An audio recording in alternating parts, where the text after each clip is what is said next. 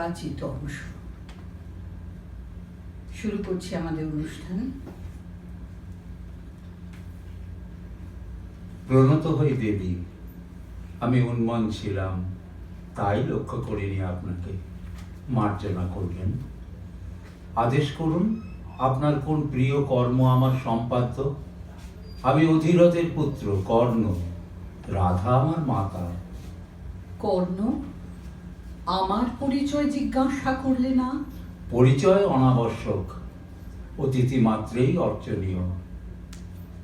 কিন্তু আপনাকে দেখে মনে হচ্ছে কোন রাজ্ঞী, মহিয়সী, বীরাঙ্গনা। ইচ্ছা হয়তো আপনার পরিচয় বলুন। আমি কুন্তী। কুন্তী, অর্জুনের মাতা? যুধিষ্ঠির, ভীম, অর্জুনের আমি জননী এবং অন্য একজনের।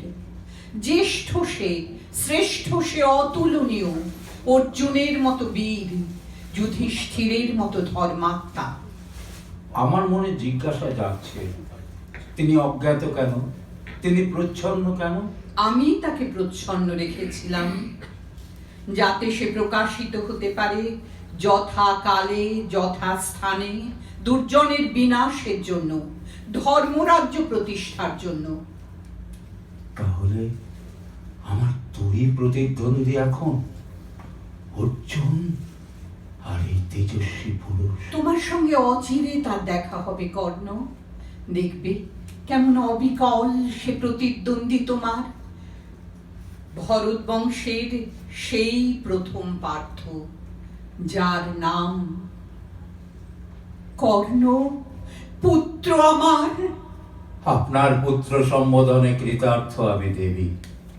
আমি অধীরথ পুত্র বৈকর্তন, রাধার সন্তান। না না না, আর অন্ধ থেকো না কর্ণ। চিনতে শেখো নিজেকে। আমার কাছে জেনে নাও তোমার আত্মপরিচয়। তুমি কুন্তী পুত্র, তুমি সূর্যের সন্তান। কবে তা মনে পড়ে না, কার মুখ থেকে মনে পড়ে না। কোনো কল্পনার কম্পন, হয়তো কোনো দূরশ্রুত প্রবাদ আমি শুনেছিলাম, ভুলেছিলাম। ভেবেছিলাম রাজকন্যা কুন্তী আমার জন্মদাত্রী, আমার পিতা সূর্যদেব। কিন্তু এ কি সত্য হতে পারে? তুমি জানতে, তুমি আগেই জানতে, তাহলে দূরে ছিলে কেন এতদিন? যদি স্বপ্নে তোমাকে ধরা দিয়েছিল সত্য, তাহলে স্বগৃহে কেন ফিরে আসনি কর্ণ? আমার স্বগৃহ তা কোথায়? কিন্তু কে নয় সূর্যের সন্তান এই জগতে? যা কিছু আছে সব প্রাণ, তৃণ, বৃক্ষ, জন্তু, মানুষ, সেও তো সূর্যের সন্তান। একমাত্র মা জানেন তার সন্তানকে, একমাত্র মা জানেন তার সন্তানের পিতাকে। এ কি সম্ভব যে সূর্যের তেজ পুঞ্জকে কখনো সহ্য করতে পেরেছিলেন কোনো মানবী, এমনকি দীপ্তিময় কুন্তী? কর্ণ, তাহলে সব শোনো। কুমারী আমি তখন, সদ্য যৌবনা, বালিকার মতো চঞ্চল, চিন্তাহীন। একবার দুর্বাসা অতিথি হলেন আমার পিতৃগৃহে। আমি তার সেবা করলাম। তিনি বর দিলেন আমাকে, শেখালেন একটি অতি গূঢ় আহ্বান মন্ত্র, যার উচ্চারণে আকৃষ্ট হবেন দেবতারা আমার কাছে, আমার পুত্রের জন্মের জন্য। ঋষি তিনি, অগ্রিম জেনেছিলেন আমার ভবিষ্যৎ, তাই দিয়েছিলেন বর, যাতে পাণ্ডুর বংশলোপ না ঘটে। আমার কৌতূহল হলো জানতে সত্য কিনা মহর্ষির বর। সেই রাত্রে আমি ছিলাম স্নাতা। আমি জপ করলাম সেই মন্ত্র সূর্যদেবের উদ্দেশ্যে। রাত কেটে গেল অস্থির, আধো ঘুমে আধো জাগরণে, যেন মোহমুগ্ধ। আর তারপর যখন দিনের উন্মেষে শিউরে উঠছে আকাশ, তখন সূর্যদেব প্রেরণ করলেন আমার অন্তঃস্থলে তাঁর দৃষ্টি। নামলো গভীর নিদ্রা আমার চেতনায়। জেগে উঠে বুঝলাম আমি অন্তঃসত্ত্বা। আমার সেই পুত্র তুমি। মা, আমার মা। ডাক, আর একবার মা বলে ডাক আমাকে। মাতা আর পুত্র, কুন্তী আর কর্ণ, কর্ণ আর কুন্তী, পুত্র আর মাতা। এই চক্ষু কুন্তীর, এই ওষ্ঠ কুন্তীর, এই দেহকে রচনা করেছিলেন কুন্তী তিলে তিলে অন্ধকারে। আমার জন্ম নেবার কোনো কারণ ছিল না, কিন্তু কোনো এক নারী চেয়েছে মাতৃত্ব, পেয়েছে দেহে মনে দৈব প্রেরণা, তাই আমার জন্ম। কিন্তু তারপর, আমার জন্মের পর, কোথায় তুমি ছিলে তখন, আর কোথায় আমি? সবচেয়ে কঠিন এই প্রশ্ন, কিন্তু আমি প্রস্তুত হয়ে এসেছি। কর্ণ, আমি তখন অনুরা, তাই লজ্জায় কলঙ্কের ভয়ে তোমাকে মূল্যবান বসনে থেকে একটি ভাসমান মঙ্গল পাত্রে গঙ্গার বুকে অর্পণ করেছিলাম। আমাকে গঙ্গার জলে ভাসিয়ে দিয়েছিলে? কালো স্রোত কর্ণ, আমি তোমাকে কালো স্রোতে ভাসিয়েছিলাম। যার জন্ম সূর্যের বীজে আমি জানতাম সে নির্ধারিত বীর, অকালে সে বিনষ্ট হতে পারে না। সূর্যের বীজে, অনুরার গর্ভে, লজ্জিতা মাতার পরিত্যক্ত সন্তান। তুমি লজ্জা পেলে না? নতুন করে লজ্জা পেলে না আমাকে পুত্র বলে ডাকতে? কর্ণ, আরো বলো, আমাকে আঘাত করো, ধিক্কার দাও। আমার চোখের জলে হোক তোমার অভিষেক।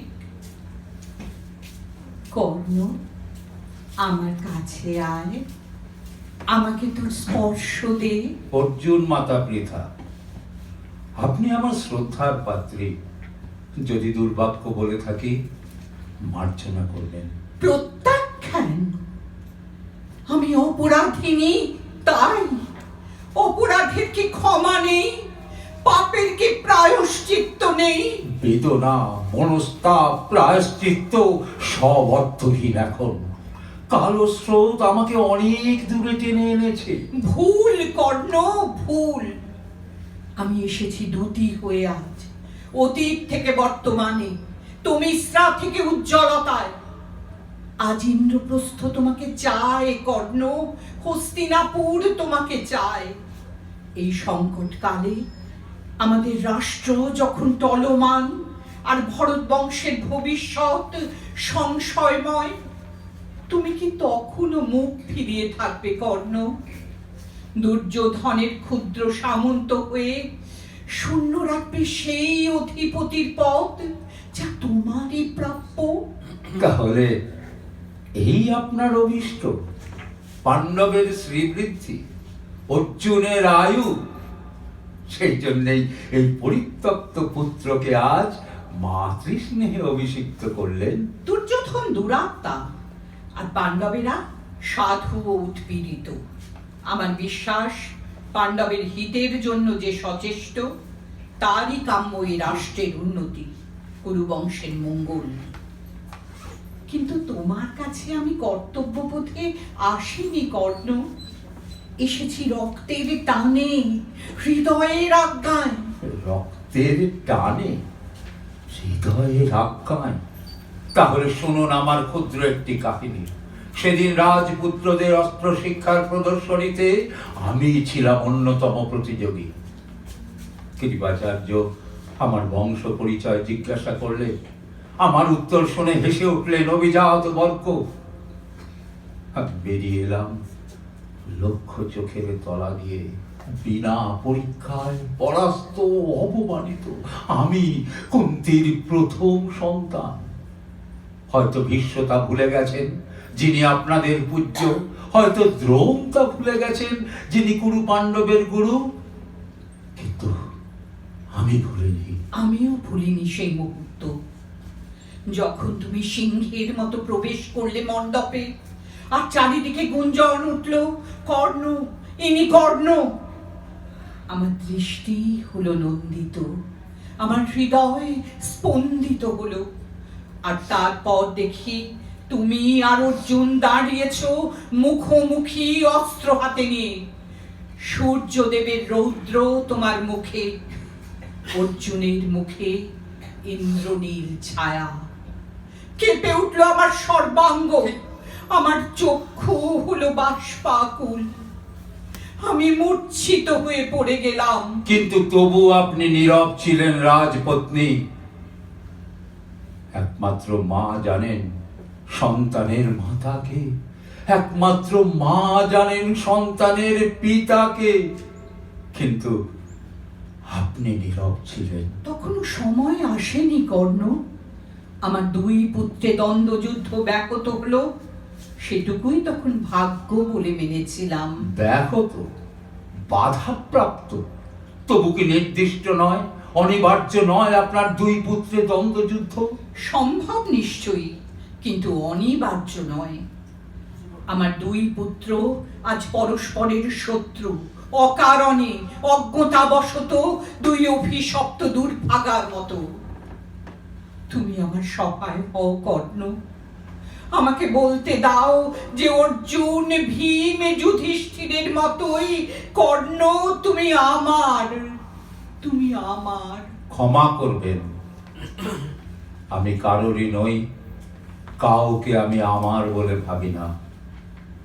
আমি বিশুদ্ধভাবে আমি, তাছাড়া আর কিছু নয়। দুর্যোধন আতিথ্য দিয়েছেন আমাকে, আমার ঘোষিত হীন জন্ম সত্ত্বেও। আমারও আছে তার প্রতি কর্তব্য, তিনি যেমনই হন। দেবী, আপনার দর্শন পেয়ে আমি ধন্য, আপনি ফিরে যান।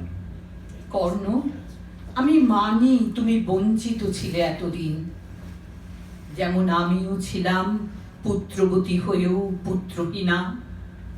কর্ণ, ফিরে এসো, এসো তোমার মাতৃ হৃদয়ের স্বরাজ্যে, এসো তোমার স্বাভাবিক সাম্রাজ্যে, সিংহাসনে, যেখানে তোমার পিছনে দাঁড়িয়ে চামর দোলাবেন যুধিষ্ঠির, ভীমসেন শ্বেত ছত্র ধারণ করবেন, নিত্য তোমার অনুগামী হবেন অর্জুন। আর ষষ্ঠ কালে আমার অনুমতি নিয়ে রত্নে মাল্যে ভূষিত হয়ে তোমার সঙ্গে মিলিত হবেন দ্রৌপদী। দ্রৌপদী, ওই নাম আমার পক্ষে যন্ত্রণা, যন্ত্রণা। সেই স্মৃতি যেদিন দ্রুপদ কন্যার স্বয়ংবর সভা থেকে আমাকে বেরিয়ে আসতে হলো নত মুখে, নিঃশব্দে, বিনা বিচারে অবমানিত, বিনা পরীক্ষায় ব্যর্থ কাম। এই আমি, যাকে আপনি আজ বলছেন আপনার প্রথম সন্তান। পুত্র, আমি বুঝি তোমার বেদনা, আমি জানি স্বয়ংবর সভায় ভ্রষ্ট হতো না তোমার বাণ, জানি তুমি দ্রৌপদীর যোগ্য ছিলে, হয়তো যোগ্যতম। তাই বলি, চলো আমার সঙ্গে, গ্রহণ করো তোমার কাঙ্ক্ষিতা নারীকে। পঞ্চ পাণ্ডবের পত্নী পাঞ্চালী ধর্ম তো তোমারও ভার্যা। ধর্ম তো, ধর্ম তো, আর শুনতে চাই না ধর্ম তো। আমি চেয়েছিলাম জয় করতে দ্রৌপদীকে নিজের জন্য একান্তভাবে, কিন্তু পারিনি। আমার শক্তির অভাবে নয়, আপনার ধর্মশক্ত ছিল বলে। আর আজ আমাকে ষষ্ঠাংশে তার পতি হতে বলছেন? না, পাঞ্চালী সুখে থাকুন, আপনার মঙ্গল হোক, আপনি ফিরে যান। তুমি আমাকে উপেক্ষা করলে কর্ণ, আমি যাই। যাবার আগে একটি কথা শুধু, সম্ভব কি নয়, সব সত্ত্বেও সম্ভব কি নয়, যুদ্ধের পরে আমার কাছে ফিরে আসবে তুমি, তোমার পঞ্চভ্রাতাকে সঙ্গে নিয়ে সানন্দে। আমার সান্ত্বনার জন্য তুমি কি ফিরতে পারবে না? মা, মা, আর কথা বলো না। আমাকে অম্লান মনে বিদায় দাও। আমার সুন্দর স্বপ্ন হয়ে থাকবে তুমি যতদিন এই দেহে আছে নিঃশ্বাস। স্বপ্ন? কর্ণ? শুধু স্বপ্ন? আর কয়েকটা দিন, কয়েক বছর, তারপর আমরা কুন্তী, কর্ণ, অর্জুন, আমরা হয়ে যাব মেঘাচ্ছন্ন উষার মতো ধূসর এক স্বপ্ন। মা, এসো, আমরা সেই স্বপ্নকে সম্পূর্ণ করি।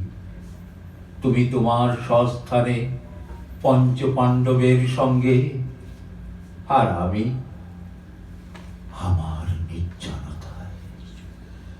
জানি না তোকে আবার দেখবো কিনা, জানি না আমাদের ভবিতব্য কি।